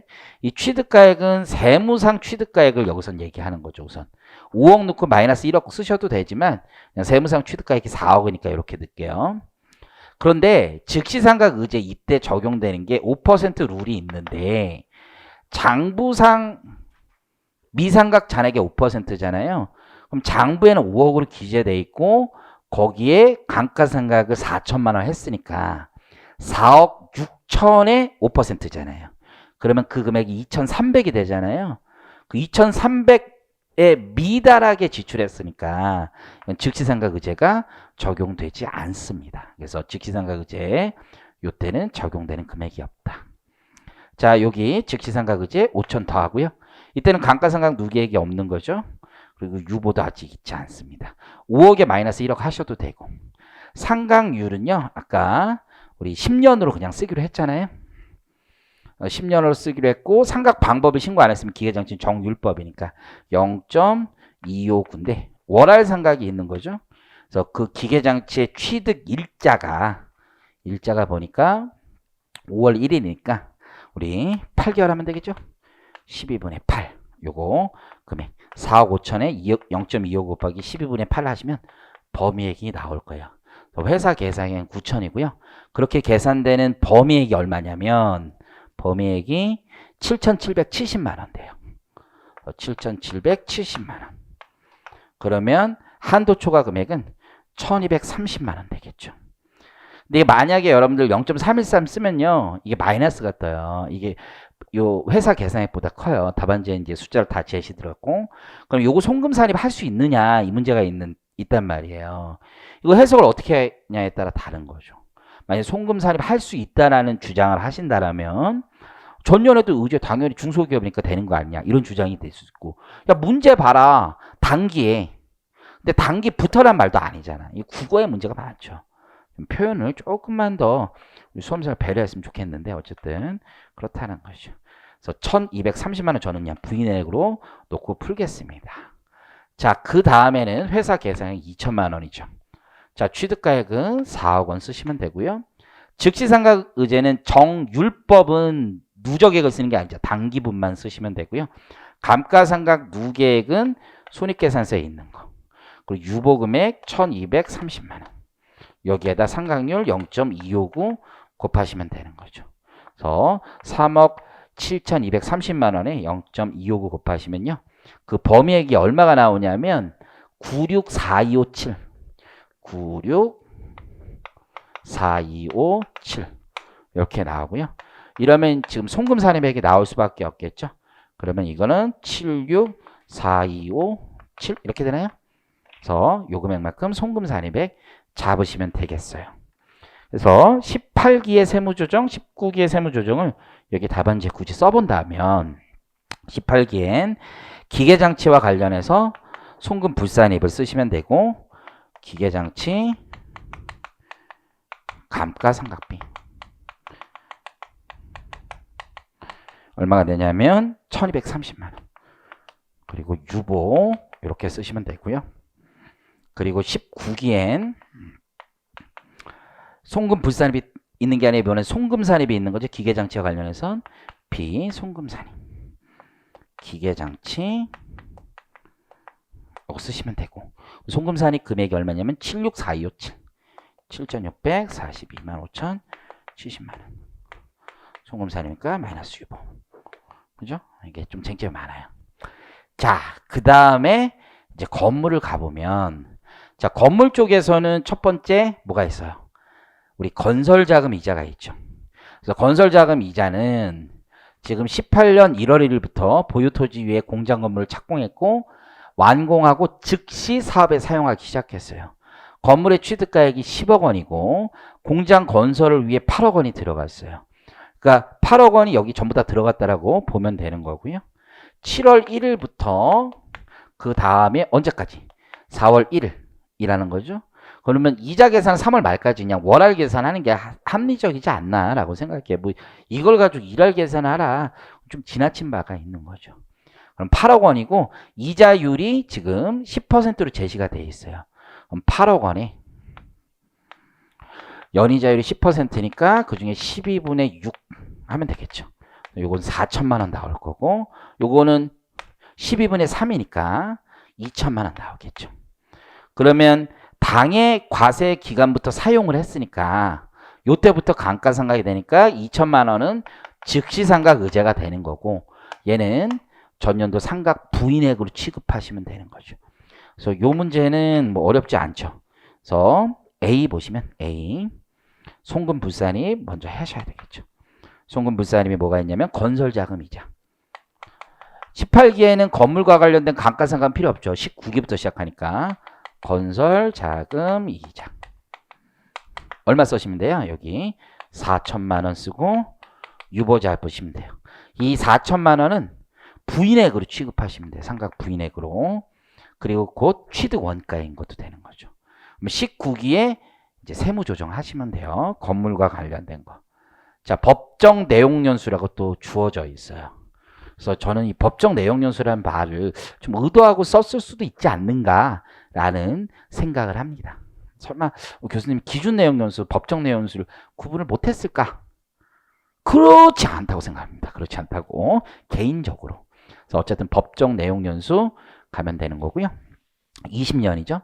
만약에 15년으로 가겠다라고 하면 여러분들이 오해하면 안 되는 게 건물의 내용 연수가 정액법일 때 15년이라고 해서 15분의 1도 아니에요, 여러분들. 법에는 이게 0.66 이렇게 돼 있어. 그러니까 법전의 상각률이 내용 연수 15분의 1로 하라고 안 돼 있어요. 그래서 그것도 오해하지 마시고요. 자, 회사 계상은 동일하고요. 요거가 달라지는 거죠. 정액법에서는요. 즉시상각 의제 누적액만 잘 쓰시면 돼요. 그리고 요거는 18기 없고 19기만 있는 거죠. 19기만 있습니다. 그래서 손익계산서의 감가상각비를 얼마로 계상했느냐면 3천만 원으로 계상이 되어 있어요. 손익계산서의 감가상각비는 3천만 원. 당해사업연도의 즉시상각 의제는 아까 2천만 원이었죠. 그럼 회사 계상액은 5천만 원이 돼요. 그리고 그 취득가액이 얼마로 제시되어 있냐면 앞쪽에 나와 있죠. 건물의 취득가액은 10억 원으로 제시가 되어 있어요. 10억 원. 하지만 즉시상각 의제 누적액을 쓰시는 거죠.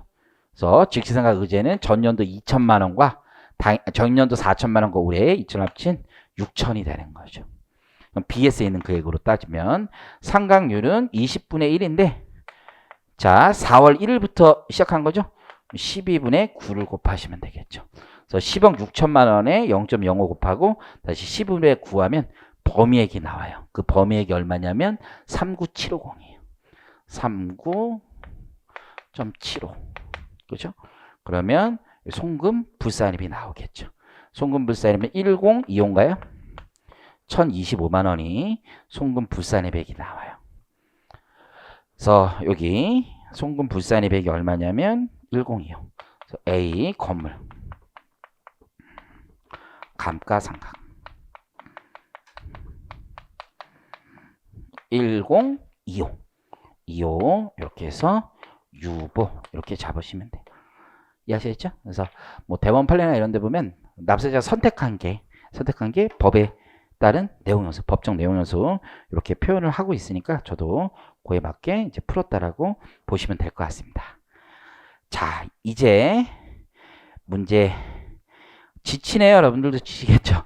대손금 가겠습니다. 대손금은 크게 이견은 없어요. 근데 문제가 뭐예요? 내용이 겁나 많죠. 뭐 이게 토하는 수준이죠. 토하는 수준. 그래서 요거는 정리를 잘 하시는 게 중요하다라고 보이고요. 거기 보면 제가 이제 보통 푸는 방식 설명을 조금 드리면서 같이 한번 해볼게요. 그래서 양식이 있으니까 그 양식에 맞춰서 답을 쓰면 되고 첫 번째는 이제 대손 실적률을 구하는 거고 두 번째는 한도 초과액을 구하는 거죠. 대손금은 이렇게 여러분들 푸시면 조금 편해요. 저희하고 같이 공부하시는 분들은 맨 처음에 뭐 하냐면 대손금을 정리하는 거야. 대손금 정리. 이게 실제로 단기 실적률에서 다 틀리는 거야. 단기 실적률. 왜 다 틀리냐면 단기의 실제 대손 금액이 얼마인지가 여러분들 잘 틀려서 그래요. 그럼 대손은 어디서 나올 수 있냐면 기초 채권에서 나올 수 있는 거야. 기초 유보 관련된 내용이 올해 어떻게 정리되는지가 굉장히 중요한 거예요. 그래서 기초에 부인되었었던 금액이 있을 거 아니에요.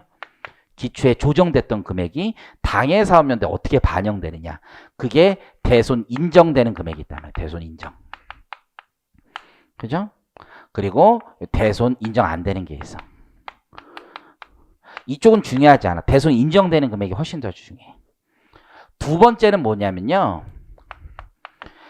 단기 상계분에서 얼마가 인정되느냐.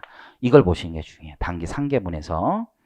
마지막은 뭐냐면 기말 채권 중에서 조정되어야 하는 금액도 대손. 즉 신고 조정사항인데 기말 채권에 남아있으면 대손 넣어야 되니까. 여기에다 밀어넣고 대손 인정 금액 합치면 그게 단기 대손금이 되는 거예요. 이해하시겠죠? 자, 그러면 기초 부인액부터 한번 가보죠. 기초. 문제 그래서 첫 번째 자료가 유보 자료란 말이야. 이 유보 자료들이 단기에 쭉 어떻게 밀려오는지를 잘 정리하시면 되는 거야. 그와 함께 요 두 번째 자료를 잘 정리하셔야 돼. 대손금 유보. 이 자료는 왜 중요하냐면 결국 대손충당금 한도액을 계산할 때 세무상 채권이기 때문에 유보잔액이 중요하단 말이에요. 그래서 그 유보잔액을 나래비를 잘 끌고 들어오면 돼. 그래서 여기 과목, 기초, 감소, 증가, 기말이잖아요. 결국 제일 중요한 건 이 기말에 남아있는 채권의 유보, 이게 어떻게 반영되는가, 이걸 잘 정리하시는 게 중요해요. 그래서 여기 두 개만 딱 크게 한 장 놓고 쭉 넣으시면 돼요. 첫 번째 미수금부터 갑니다. 미수금. 유보가 있는 거잖아. 그러면 여기 대손금과 관련된 유보만 쓰시면 돼요. 미수금, 그 다음에 A, B, C 이렇게 쓰시면 되잖아요. 그리고 얘가 800만 원. 얘가 대손충당금은 필요 없고 300만 원. 얘가 200만 원. 얘가 마이너스 320만 원. 요 마이너스 유보만 잘 관리하시면 되겠죠. 자, 그럼 미수금 보시면 미수금부터 가볼게요. 쭉 이 순서대로 내용을 쓰게 돼 있다고. 그럼 전기 미수금 대손 부인액 중에서 저 800만 원 중에서 250만 원은 대손 충당금의 증가로 처리하였으며, 회수된 거 있죠, 회수. 이거 신경 안 써도 돼요, 여러분들. 회수됐으면 전년도에 손금 인정 안 됐는데 올해 입금도 아니겠지. 하지만 채권은 날아가는 거잖아요. 채권. 그러니까 대손 인정은 아무 상관이 없는 거예요. 대손 인정은 올해 실제로 소멸시 완성되거나, 다만 어디에는 영향이 있는 거야. 여기 감소가 되는 거죠. 요거. 그 다음에 민사소송법에 따른 화해로 확정된 금액이 100만 원이 있어요. 그럼 이제 결정된 거야. 이 중에서 대손 인정되는 건 올해 100만 원이 인정되는 거고 250은 인정 안 되는데 상관없고, 어차피 기초 유보는 이제 정리를 하니까. 그럼 여기서는 얼마를 쓰시면 돼요? 350만 원 쓰시면 되겠죠. 250만 원과 100만 원 합쳐서. 자, 두 번째 A를 보죠. A. 외상매출금 대손 부인액 중 19기에 소멸시효가 완성된 채권이 200만 원이 있대요. 이건 진짜 당해사업인데 인정이 되는 거죠. 그래서 요거 200만 원 쓰시면 되는 거예요. 자, 그러면 A 300만 원 중에 200만 원 감소가 되는 거예요. 100만 원 남아있겠지 뭐. 자, 세 번째 받을 어음 대손 부인액은 언제 부도가 발생한가? 2018년에. 저당권이 없어요. 그리고 2매.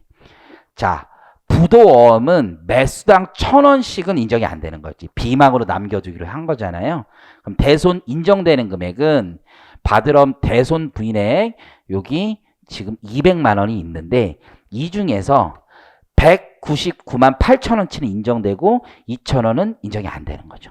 그래서 여기 3번에 B 1998 이렇게 적으면 되겠죠.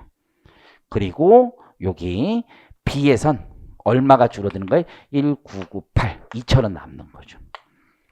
자, 그 다음에 이제 보니까 단기 상계액 여기 나와요.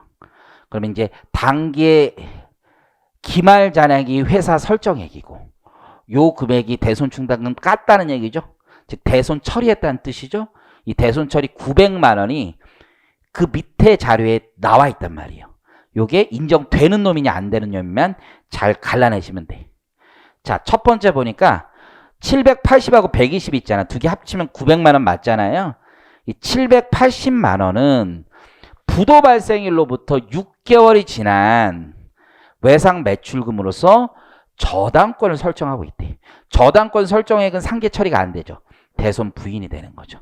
그래서 첫 번째가 여기 D채권인가요? D채권 있고 780만 원이 인정이 안 되는 거야. 중요한 건 이제 D채권도 여기에 들고 오는 거죠. D채권도. 왜냐하면 부인되는 거니까. 그래서 여기 증가에 780을 넣으셔야 돼. 780만 원. 이해하시겠죠? 유보.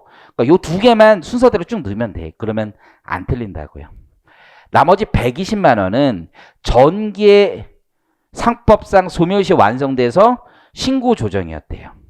그럼 귀속 시기는 전기죠. 올해는 인정이 안 되는 거예요.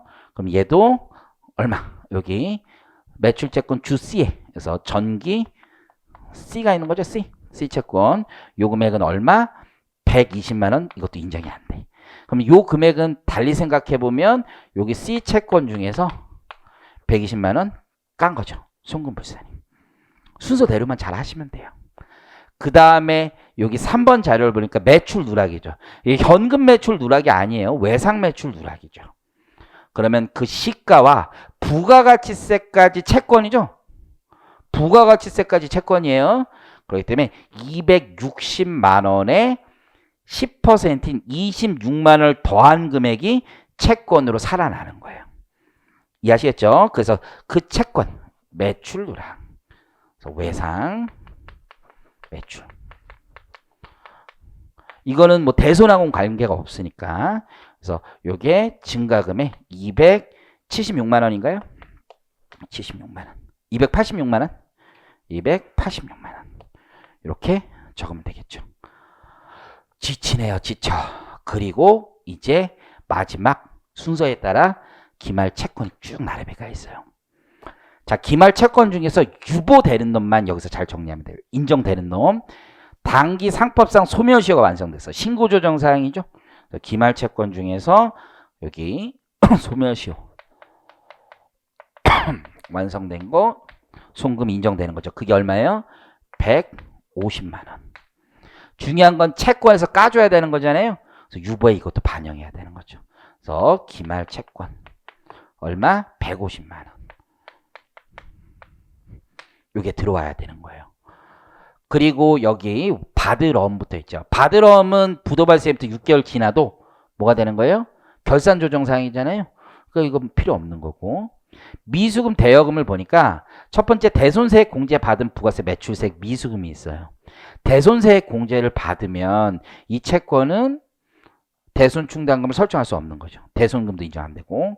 고가 양도에 따른 시가총각. 이것도 세법상 채권이 아니죠. 그러면 요 두 개가 설정 제외 채권이죠. 유보는 반영하실 필요 없어요, 이건. 그리고 요 두 놈도 구상 채권도 설정 제외 채권이고 우리 업무무관 가지금 있죠? 요것도 설정 제외 채권이죠. 얘는 유보에는 영향이 없고 설정 제외 채권에만 반영하시면 돼요. 그러면 요걸 쭉 합친 게 단기 대손금이 돼요. 그 단기 대손금액이 얼마냐면 6498000. 단기 대손금. 자, 그러면 물음 1번. 첫 번째 보니까 단기 대손금부터 적는 거죠? 6498. 두 번째는 전기말 채권 잔액을 알아야 되죠. 이때 채권 잔액은 당연히 세무상 채권 잔액이에요. 자, 이건 옛날부터 자주 나오던 타입이죠. 전개 대손 실적률이 나왔어요. 그럼 전개 대손 실적률 곱하기 채권 곱하기 실적률이 대손 충당금 한도였을 거 아니에요. 그러면 이걸 이렇게 구하시면 되겠죠. 첫 번째는 한도액이 얼마였느냐. 한도액. 대손 충당금 한도액. 이 한도액은 전기 말 대손 충당금에서 한도 초과를 뺀 게 한도 금액이 되겠죠. 전기 말 보시면 기초잔액이 1200만 원이잖아요. 그리고 전기 대손 충당금 한도 초액이 1603200이에요. 그러면 역산을 해보면 1200만 원에서 1603200 이 금액을 뺀 게 한도액이 된단 말이에요. 그렇게 계산한 한도액은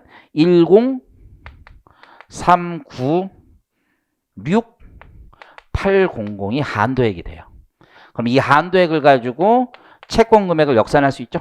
채권 금액은 1039680 나누기 2.4%였네요. 요걸 하시면 되겠죠. 채권 금액으로 나오는 게 얼마냐면 433200 200000이 돼요. 이해하시겠죠? 그리고 요 금액과 요 금액의 비율이죠. 6498000을 433200 나누면 1.5% 딱 떨어져요. 그래서 이제 시험 끝나고 만나본 친구 중에 1.5%딱 떨어졌다는 친구들이 있죠. 순간 맞았다 이렇게 생각한다고 하죠. 그렇죠? 근데 뭐 3%로 딱 떨어졌다는 특이한 친구들도 있어요. 사람마다 좀 다르겠죠. 근데 대부분 이상하게 떨어지겠지. 이게 어떻게 딱 맞겠어요. 그래서 1.5% 일단 맞고 들어간 거죠. 근데 이제 밑에 문제가 뭐예요? 한도 초과액인데 실적률을 보통 요 근래 문제들은 대부분 다시 가정하고 줬는데 그거 없이 줬어요. 빡센 거죠. 그죠? 그러면 채권 금액부터 구해야 되겠죠. 채권 잔액은 세무상 채권 잔액을 당연히 얘기하는 거죠. 그럼 세무상 채권 잔액은 어떻게 계산하시면 돼요? BS상 채권 잔액에서 출발하면 되겠죠. 그래서 BS상 채권 잔액이 383700000이에요. 그렇죠? 그리고 이제 유보를 더하고 설정 제외 채권을 빼면 돼요. 그럼 유보는 어디에 있는 거야? 요거 다 기말 더하면 유보 잔액이 나온단 말이에요. 그래서 우리 해설지에 제가 그 유보 잔액 합산된 계산 금액을 적었어요. 그게 12662야. 1266200. 자, 여러분들이 이 유보하고 얘가 섞이지 않을까 이런 우려를 하는 분들이 있는데 절대 그러지 않아요. 유보 따로 설정 제외 채권 따로가 될 수밖에 없어요. 그냥 따로따로 보시면 무조건 맞아. 걱정하지 마시고 조문이 별도 조문이기 때문에 무조건 맞아요. 그래서 이렇게 되고 그 다음에 마지막으로 설정 제외 채권을 빼면 되겠죠. 그 설정 제외 채권은 얼마가 되나요? 여기 7,500이 되겠죠. 여러분들 다 정리하면 7,500 돼요. 그렇게 했을 때 채권 잔액은 얼마가 되냐면 우리 321 362000이 돼요. 그래서 한도액은요. 요거 1.5% 적용하시면 한도액은 321 362000 곱하기 1.5% 하시면 돼요. 그렇게 계산된 금액이 4820 430이 됩니다. 이게 한도액이 되고요. 한도 초과는 당해 연도 말 대손 충당금 금액과 비교하시면 되겠죠. 그래서 기말 잔액 1950만 원과 4820, 430을 빼시면 14679, 570이 나와요. 그래서 해설지 별도로 들었으니까 그거 가지고 하시면 돼요. 이제 법인세 마지막 문제예요. 사실 요 문제가 제일 할만해요. 요 문제가 점수 배점도 나쁘지 않고 그래서 7점이니까 요 문제 할만해요. 근데 요것도 제 개인적인 생각 약간의 이견은 있을 수 있어요. 약간의 이견은 그거는 뭐 여러분들 생각하셨던 안 하셨던 일단은 이제 한번 가보겠습니다. 최저한세인데요. 이게 문제를 보고 물음을 잘 읽으셔야 돼. 물음부터 봐야 돼. 물음부터 안 보니까 이걸 포기하는 거야. 중견기업이 나왔다.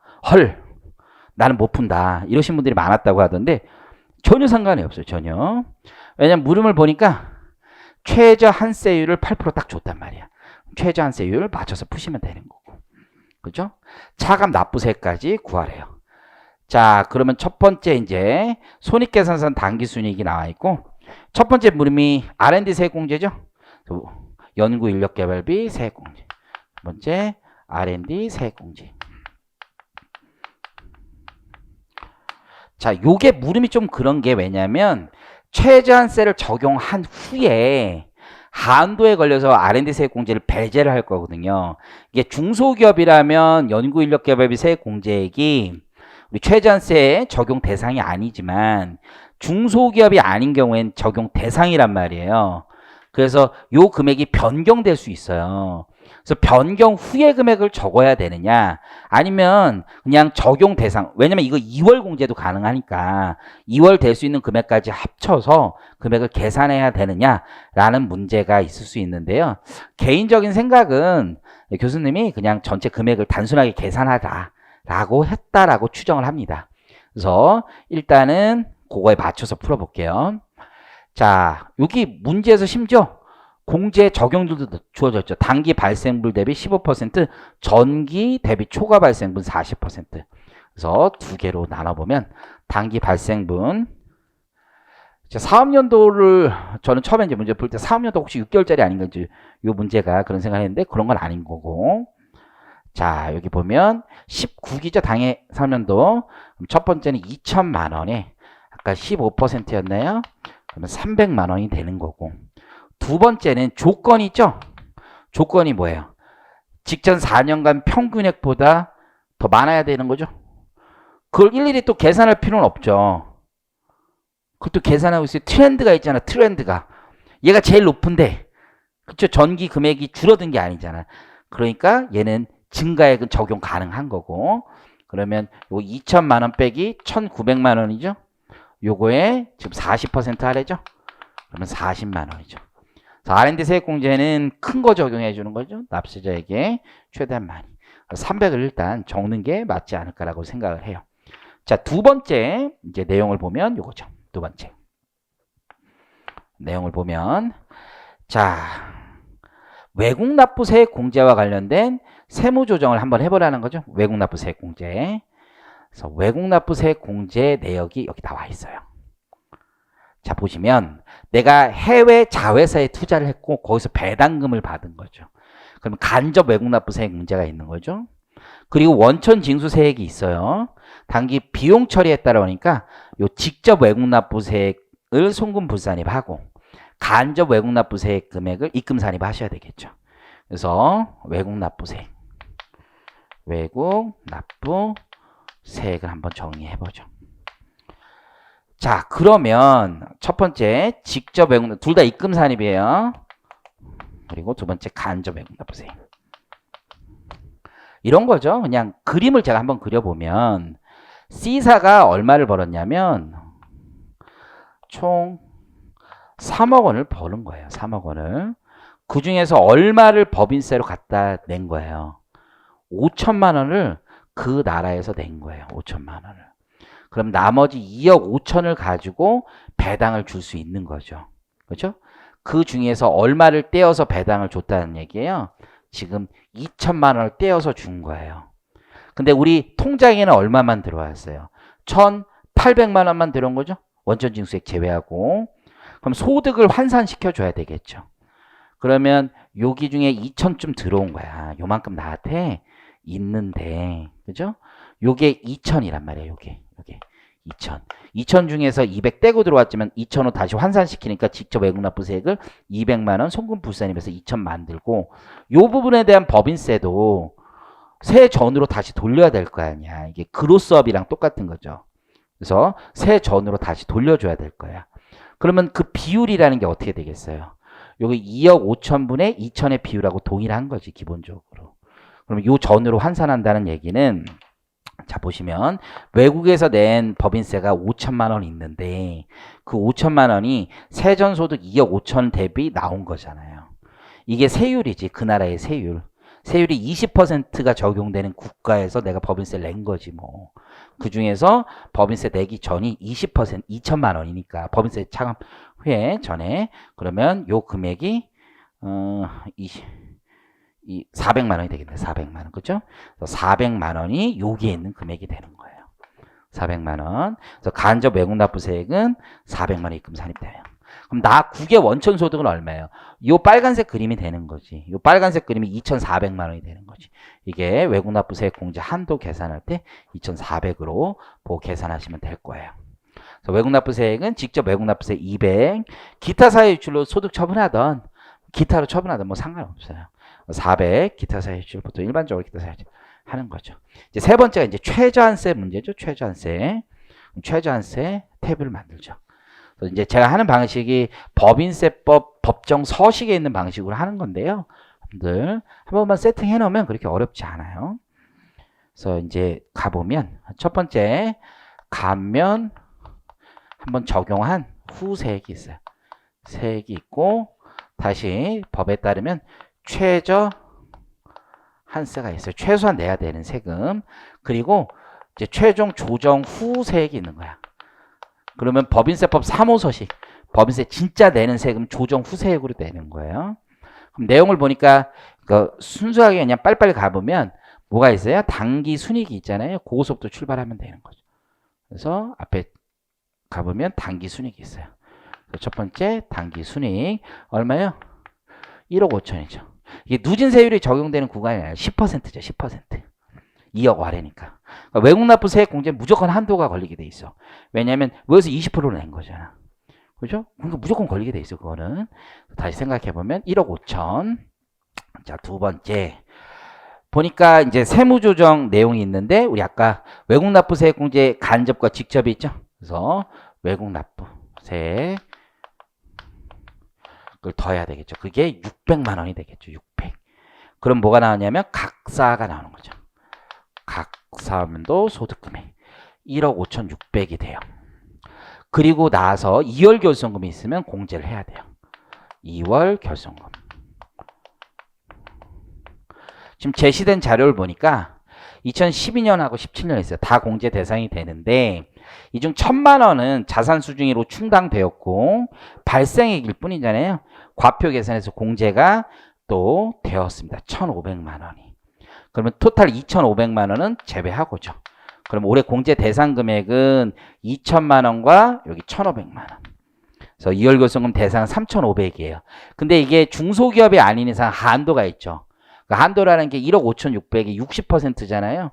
2월 결손금은 한도 내기 때문에 전액 다 공제될 수 있어요. 3,500. 그러면 과표가 나오죠. 과세 표준. 그래서 그 과세 표준은 1억 2,100이 돼요. 그러면 여섯 번째 산출세액이 나오네요. 세율 구간 10%죠. 그래서 1,210만 원 나와요. 그리고 세액 공제해 주면 되겠죠. 세액 공제나 감면인데 최저한세 적용 대상 기억을 적용해 주시면 돼요. 아까 연구인력개발비 세액 공제가 300이었잖아요. 300 적용하면 우리 감면 후 세액이 나오죠. 감면 후 세액이 나와요. 그 감면 후 세액은 910만 원 되겠네. 910만 원 되죠. 근데 이제 최저한세로 다시 돌려보면 1억 2,100에서 출발해서 아까 세율이 8%라고 했었잖아요. 그래서 그 세액이 얼마 나오냐면 8%를 적용하면 968만 원 나와요. 968만 원. 국가가 요구하는 최소한의 세금 968만 원인데 910만 원만 내겠다는 거 안 받아주는 거죠. 그래서 우리 다시 조정이 된다고요. 어떻게 조정이 되는 겁니까? 여기까지는 똑같고 왜냐하면 준비금 등이 없으니까 1,210만 원인데 요 금액을 세액공제, R&D 세액공제 적용한 후의 금액이 968만 원이 된다는 거죠. 그러면 사실 여기에 들어오는 금액이 얼마냐면 242만 원 돼요. 과연 출제자가 242만 원을 물어본 거냐 300만 원을 물어본 거냐 약간 이런 쟁점은 있는데 300만 원을 적기로 했습니다. 자, 그 다음에 이제 빼주는 게 있겠죠. 여기서 이제 외국납부세액 공제를 빼야 되는 거죠. 외납세액 니은 세액공제 가면 니은을 빼시면 돼요. 근데 요거는 한도가 있잖아. 한도가. 그래서 외국납부세액공제 한도를 계산해야죠. 일단 발생액은 얼마였어요? 아까 200과 400 합쳐서 600이 발생액이었나요? 발생액. 근데 한도는 어떻게 계산하시면 돼요? 한도는 산출세액이 항상 이 산출세액에서 계산하시면 돼요. 여기 있는 것도 아니고 조정 후 산출세액이야. 1,210만 원. 그래서 조정 후 산출세액인 1,210만 원 곱하기 과표가 얼마요? 1억 2,100. 이거 다른 말로 하면 뭐야? 10%지 10%. 국외 원천소득의 10%를 한도로 하겠다는 거예요. 우리나라 법정세율을 넘어가지 않겠다는 얘기죠. 그래서 국외 원천소득이 2,400이었죠. 그러면 240만 원이 한도가 되는 거지. 그래서 외국납부세액 240만 원을 공제해 주는 거예요. 그럼 결정세액이 나오겠죠? 그 결정세액이 얼마냐면 728만 원이. 그리고 마지막으로 중간연합세액이 있었잖아요. 중간연합세액 250만 원 빼면은 478만 원. 그게 차감 납부할 세액이 돼요. 그래서 최저한 세액은 968만 원으로 적으시면 되고 마지막 차감 납부 세액은 478만 원으로 적으시면 돼요. 그래서 이로써 올해 세무사 시험 저희 강평을 모두 마치도록 하겠습니다. 자, 여러분들 뭐 시험 여기 저희가 이제 제시한 답안이 뭐 교수님 의도하고 좀 다를 수도 있어요. 실제 보면 이제 출제하신 분하고 커뮤니케이션이 100% 잘 되는 건 아니에요. 그래서 2차 시험 원래 약간 이렇다. 올해 출제된 회계사도 약간 이견이 있는 부분들이 있어요. 그래서 여러분들 공부할 때 너무 스트레스 받지 마시고 사실 1, 2점 때문에 지금 과락 걱정하시는 분들은 저희가 또 여러분 쓰신 답하고 다르다고 또 분개하고 그러실 수도 있는데 그래서 저희가 생각하는 답이 꼭 정답이라고 단정할 수도 없는 거고요. 서로 생각이 다를 수 있으니까.